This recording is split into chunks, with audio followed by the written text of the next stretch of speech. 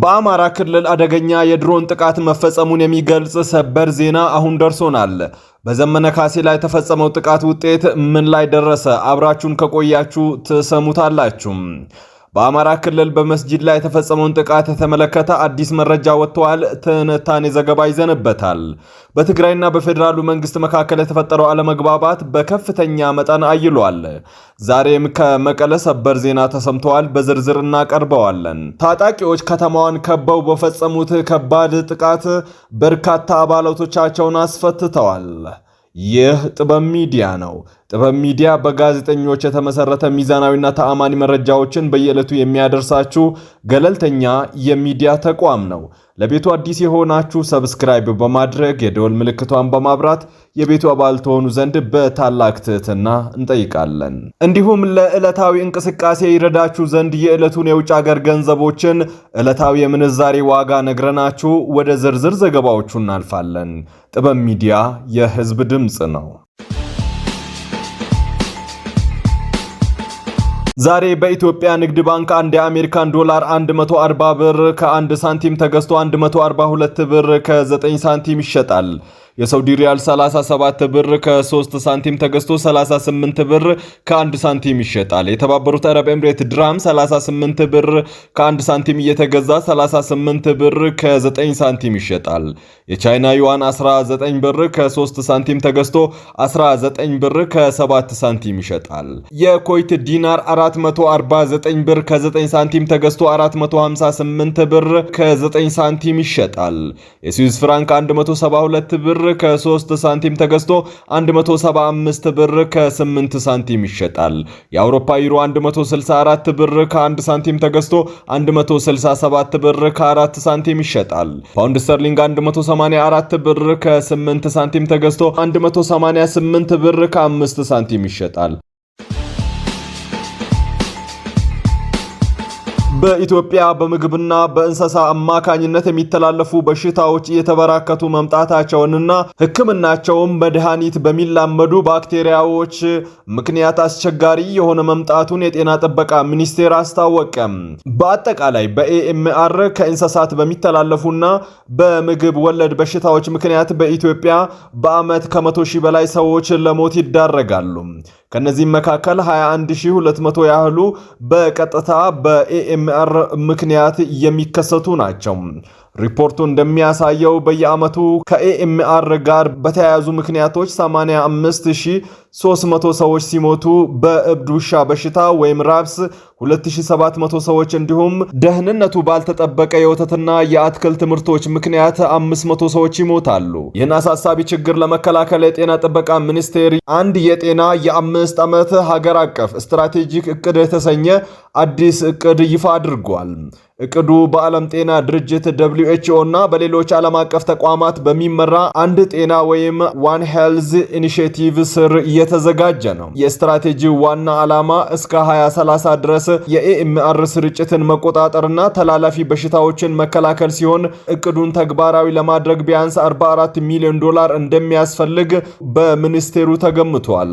ባለሙያዎች እንደሚሉት ተገቢ ያልሆኑ መድኃኒት አጠቃቀምና በቂ ያልሆነ የኢንፌክሽን ቁጥጥር ለችግሩ መባባስ ዋነኛ ምክንያት ናቸው።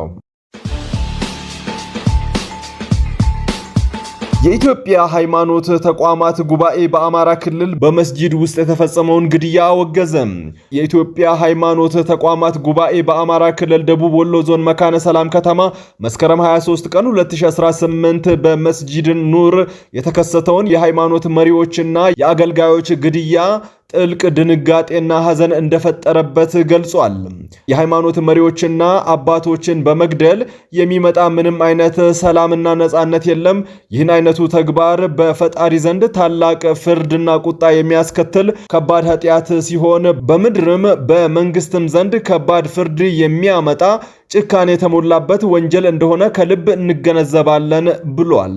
ይህ ተግባር መሳሪያ ባልታጠቁ ንጹሃን ዜጎች ላይ ለዚያውም የሃይማኖት አባቶችና አገልጋዮች ላይ ከዚህ አለፍ ሲል ደግሞ መስጂድ ውስጥ በመግባት የተፈጸመ ድፍረት የተሞላበት አሰቃቂ ወንጀል በመሆኑ የሁሉም የሃይማኖት ተቋማትና ሃይማኖተኛ ነኝ የሚል ዜጋ ሁሉ በአንድ ድምፅ ሊያወግዘው የሚገባ ተግባር ነው ብለዋል የጉባኤው መግለጫ።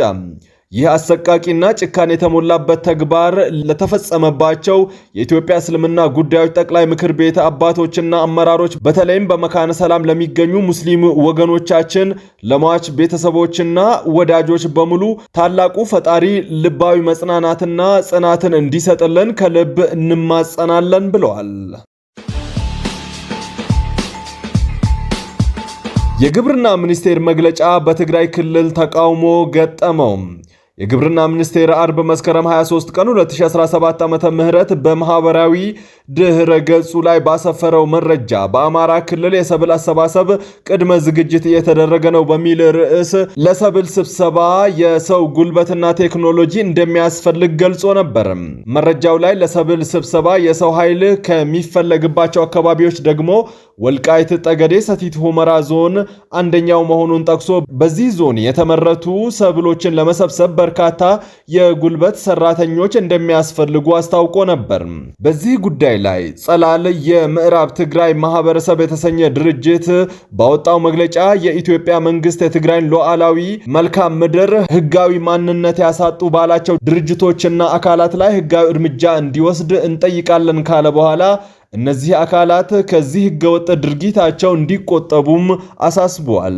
ጨምሮም ግብርና ሚኒስቴር ሰብልን መሰብሰብ አስመልክቶ ባሰራጨው መረጃ ምዕራብ ትግራይን የአማራ ክልል ነው ማለቱን ጠቅሶ መረጃው የተሳሳተ ግንዛቤ የሚፈጥርና የተዛባ በመሆኑ እንደሚያወግዘው ጸላል በመግለጫው አስረድተዋል።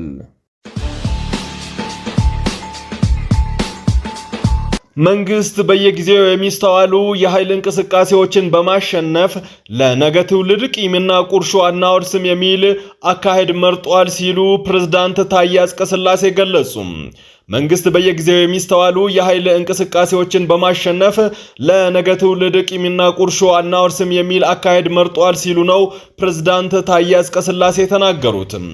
ፕሬዝዳንቱ ዛሬ በተካሄደው ስድስተኛው የህዝብ ተወካዮችና የፌዴሬሽን ምክር ቤቶች 5ኛ ዓመት የሥራ ዘመን መክፈቻ ስነ ስርዓት ላይ ባደረጉት ንግግር በየቦታው የሚታዩ ግጭቶችን በኃይል ማራቅና ማስተካከል የሚቻል ቢሆንም ዘላቂ ሰላም የሚረጋገጠው በሰላማዊ መንገድ እንደሆነ መንግስት ጽኑ እምነት አለው ብለዋል። መንግስት በዚህ እምነቱ የእርቅና የሰላም አማራጮችን በመከተል የሀገራችንን ሰላም አስተማማኝ ለማድረግ እየሰራ እንደሚገኝም ጠቁመዋል። ፕሬዝዳንቱ አክለውም ምንም እንኳን በየጊዜው የሚስተዋሉ የኃይል እንቅስቃሴዎችን ለማስቆም መንግስት በሙሉ ዝግጁነትና ዘመናዊ አቅም ቢኖረውም የዛሬውን ግጭት በማሸነፍ ለነገው ትውልድ ቂምና ቁርሾ አናወርስም የሚል መርህ በመከተል በዛሬ ብልህነትና ትዕግስት ለነገ ሰላም ዘላቂ ሰላም የሚበጅ አካሄድን መርጠዋል ሲሉ ተናግረዋል።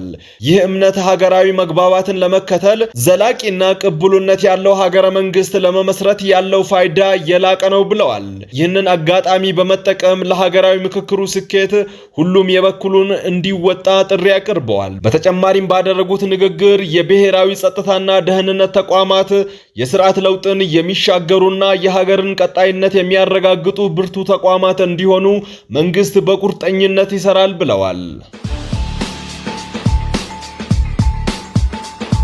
የኢትዮጵያ መከላከያ ሰራዊት በደቡብ ጎንደር ዞን ፎገራ ወረዳ ቅድስታና ቀበሌ ሆድ ገበያ በተባለ ቦታ ላይ በተፈጸመ የድሮን ጥቃት በፋኖ ታጣቂዎች ላይ የፎገራ ክፍለ ጦር ብሎ ራሱን በሚጠራው ታጣቂ ቡድን ላይ ከፍተኛ ጉዳት ማድረሱን ለመንግስት ውግንና ያላቸው የማህበራዊ ሚዲያ አውታሮች ዘግበዋል። በዚህ ጥቃት የቡድኑን አመራሮች ጨምሮ ከ5 በላይ ታጣቂዎች ሲገደሉ ከ24 በላይ የታጣቂ ቡድን አባላት ቆስለዋል ሲል ገልጸዋል። ሰሞኑን ለመንግስት ውግንና ያላቸው የሚዲያ አውታሮች በፋኖ ታጣቂ ኃይል ከፍተኛ አመራር የሆነው ዘመነ ካሴ በድሮን መመታቱን የዘገቡ ሲሆን ከገለልተኛ ወገን እስካሁን የተገኘ መረጃ የለም። ዘመነ ካሴም ቢሆን ይህ ወሬ ከተወራ ጀምሮ በተንቀሳቃሽ ምስልም እንኳን አልታየም። ዘመነ ካሴ ከዚህ በፊት እግሩን በጥይት ተመቶ ለጥቂት እንደተረፈ ሚዲያችን አረጋግጧል። በታጣቂ ኃይሉና በመንግስት የጸጥታ ኃይሎች መካከል እየተደረገ የሚገኘው አውዳሚ ጦርነት ሰሞኑን አይሎ ቀጥሏል። ሁለቱም ኃይሎች ጠላት ብለው በፈረጁት ኃይል ላይ ውጤታማ የማጥቃት እርምጃ መውሰዳቸውንና ድል እንደተቀዳጁ ቢናገሩም የክልሉ ነባራዊ ሁኔታ በመረጃዎቹ መሰረት እየተቀየረ አይደለም። የአፍሪካ ህብረት በአህጉሪቱ እየተስፋፋ የመጣውን ያልተጋበዙ የውጭ ወታደር ኃይሎች፣ ቅጥረኞች፣ የግል የጸጥታ ተቋማት እንቅስቃሴን አስመልክቶ ጥልቅ ስጋቱን ገለጸ። የአፍሪካ ህብረት በአህጉሪቱ እየተስፋፋ የመጣውን ያልተጋበዙ የውጭ ወታደራዊ ኃይሎች ወይም ቅጥረኞችና የግል የጸጥታ ተቋማትን እንቅስቃሴ አስመልክቶ ጥልቅ ስጋቱን ገለጸ።